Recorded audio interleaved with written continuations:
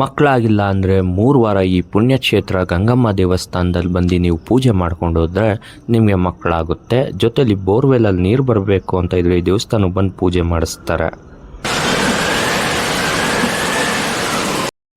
ನಮಸ್ಕಾರ ಎಲ್ರಿಗೂ, ನಾನು ನಿಮ್ಮ ಪವನ್. ನಾನಿವತ್ತು ನಿಮಗೆ ತೋರಿಸಿರೋ ಈ ಪುಣ್ಯಕ್ಷೇತ್ರದ ಹೆಸರು ಭಗೀರಥಿ ಗಂಗಮ್ಮ ದೇವಸ್ಥಾನ. ಇದು ನಮ್ಮ ಗೌರಿಬಿದನೂರಿಂದ 6 ಕಿಲೋಮೀಟರ್ ದೂರದಲ್ಲಿದೆ. 600 ವರ್ಷಗಳ ಇತಿಹಾಸ ಇರೋ ಈ ಪುಣ್ಯಕ್ಷೇತ್ರದಲ್ಲಿ ನಿಮ್ಗೇನಾದರೂ ಮಕ್ಕಳಾಗಿಲ್ಲ ಅಂದರೆ ಈ ದೇವಸ್ಥಾನಕ್ಕೆ ಬಂದು 3 ವಾರ ನೀವು ಗಂಗಮ್ಮನ ಪೂಜೆ ಮಾಡ್ಕೊಂಡು ಹೋದರೆ ನಿಮಗೆ ಮಕ್ಕಳಾಗುತ್ತಂತೆ. ಜೊತೆಯಲ್ಲಿ ನಿಮ್ಮ ಹೊಲದಲ್ಲಿ ನೀವು ಬೋರ್ವೆಲ್ ಕೊರೆಸ್ಬೇಕಂತ ಇದ್ದರೆ ಈ ದೇವಸ್ಥಾನಕ್ಕೆ ಬಂದು ಪೂಜೆ ಮಾಡಿಸ್ಕೊಂಡು ಹೋದರೆ ನೀವು ಬೋರ್ವೆಲ್ ಕೊರೆಸಿದಾಗ ನೀರು ಬರುತ್ತೆ ಅಂತ ಇಲ್ಲಿ ಸ್ಥಳೀಯರ ನಂಬಿಕೆ.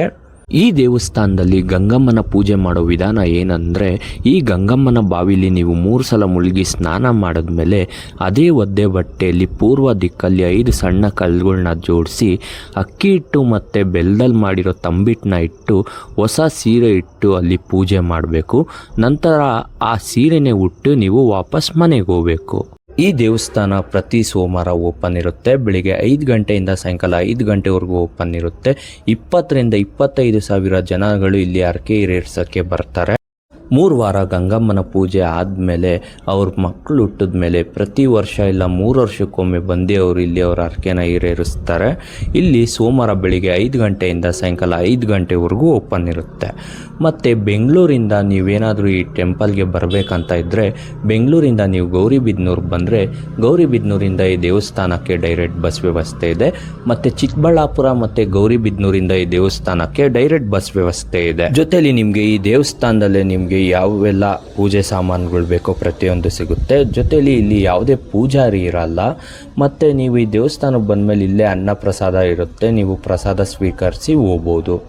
ಈ ಪವರ್ಫುಲ್ ದೇವಸ್ಥಾನದ ಬಗ್ಗೆ ಈ ದೇವಸ್ಥಾನದ ಆಡಳಿತ ಅಧ್ಯಕ್ಷರಾದವರು ಹೇಳ್ತಾರೆ, ಕೇಳಿ. ಶ್ರೀ ಗಂಗಾ ಭಾಗೀರಥಿ ದೇವಾಲಯ ಇಲ್ಲಿ ಬಂದ್ಬಿಟ್ಟು ಸುಮಾರು ಒಂದು 600 ವರ್ಷಗಳ ಇತಿಹಾಸವುಳ್ಳಂಥ ದೇವಾಲಯ ಇದು.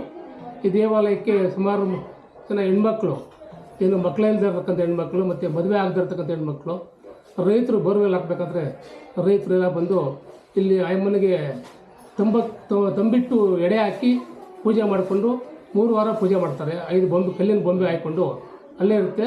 ಅದನ್ನು ಪೂಜೆ ಮಾಡಿ ಎಡೆ ಹಾಕಿಬಿಟ್ಟು ತಂಬಿಟ್ಟು ಎಡೆ ಹಾಕಿ ಅವ್ರ ಮನಸ್ಸಲ್ಲಿ ಅದು ಕೋರ್ಕೊಳ್ತಾರೆ. ಈ ಥರ ನನಗೆ ಮಕ್ಕಳಾಗಿಲ್ಲ ಅಥವಾ ನನಗೆ ಮದುವೆ ಆಗಿಲ್ಲ, ನನಗೆ ಮದುವೆ ಆದರೆ ನಾನು 3 ವರ್ಷಕ್ಕೋಸ್ಕರ ಅಥವಾ 1 ವರ್ಷಕ್ಕೋಸ್ಕರ ನಮ್ಮ ದೇವಾಲಯಕ್ಕೆ ಬರ್ತೀನಿ ಅಂತ ಅರ್ಕೆ ಮಾಡ್ಕೊಳ್ತಾರೆ. 2 ವಾರ ಬಂದು ಪೂಜೆ ಮಾಡಿಕೊಂಡು 3ನೇ ವಾರದಲ್ಲಿ ಅಮ್ಮನಿಗೆ ಒಂದು ಸೀರೆ ಕುಪ್ಸ ಇಟ್ಬಿಟ್ಟು ಒಂದು 5 ಜನ ಮುತ್ತೈದೆಯರಿಗೆ ಅರ್ಶಿನ ಕುಂಕುಮ ಕೊಟ್ಟು ಹೋಗ್ತಾರೆ. ಅದು ಒಂದು ಪದ್ಧತಿ ಇದೆ ಇಲ್ಲಿ. ಆ ಥರ ಆಗಿಬಿಟ್ಟು ನಮ್ಮ ದೇವಸ್ಥಾನಕ್ಕೆ ಸುಮಾರು 600 ವರ್ಷಗಳ ಇತಿಹಾಸವುಳ್ಳ ದೇವಸ್ಥಾನ ಆಗಿರೋದ್ರಿಂದ ಸುಮಾರು 3 ಸ್ಟೇಟಿಂದ ಬರ್ತಾರೆ. ಕರ್ನಾಟಕ, ಆಂಧ್ರ, ತಮಿಳುನಾಡು 3 ಕಡೆಯಿಂದ ಬರ್ತಾರೆ. ಈಗ ದಿನಗಳು ಚೆನ್ನಾಗಿಲ್ಲ, ಅದರಿಂದ ಕಡಿಮೆ ಜನ ಇದ್ದಾರೆ. ಶ್ರಾವಣ ಮಾಸದಿಂದ ಹಿಡಿದು ಮತ್ತು ಮಳೆಗಾಲದವರೆಗೂ ತುಂಬ ಸುಮಾರು ಜನ, ಒಂದು 20,000 ಜನ ಬರ್ತಾರೆ ಪ್ರತಿ ಸೋಮವಾರ. ಇದು ಸೋಮವಾರ ಮಾತ್ರ ಓಪನ್ ಇರುತ್ತೆ. ಸೋಮವಾರ ಮಾತ್ರ ಓಪನ್ ಯಾವಾಗಲೂ ಇರುತ್ತೆ. ಸಾಧಾರಣವಾಗಿ ಭಕ್ತಾದಿಗಳು ಬರ್ತಾ ಇರ್ತಾರೆ. ಹೆಚ್ಚು ಭಕ್ತಾದಿಗಳು ಸೋಮವಾರ ಮಾತ್ರ ಬರ್ತಾರೆ. ಅದರಿಂದ ಇದು ಒಂದು ವಿಶೇಷವಾಗಿರ್ತಂಥ ದೇವಾಲಯ ಆಗಿದೆ ಅಮ್ಮನವರ ದೇವಸ್ಥಾನ. ಈ ದೇವಸ್ಥಾನಕ್ಕೆ ಒಂದು ಇತಿಹಾಸ ಇದೆ, ಅದಕ್ಕೊಂದು ಪುಸ್ತಕ ಕೊಡ್ತೀನಿ ನೋಡಿ. ನಾವು ಈ ದೇವಸ್ಥಾನ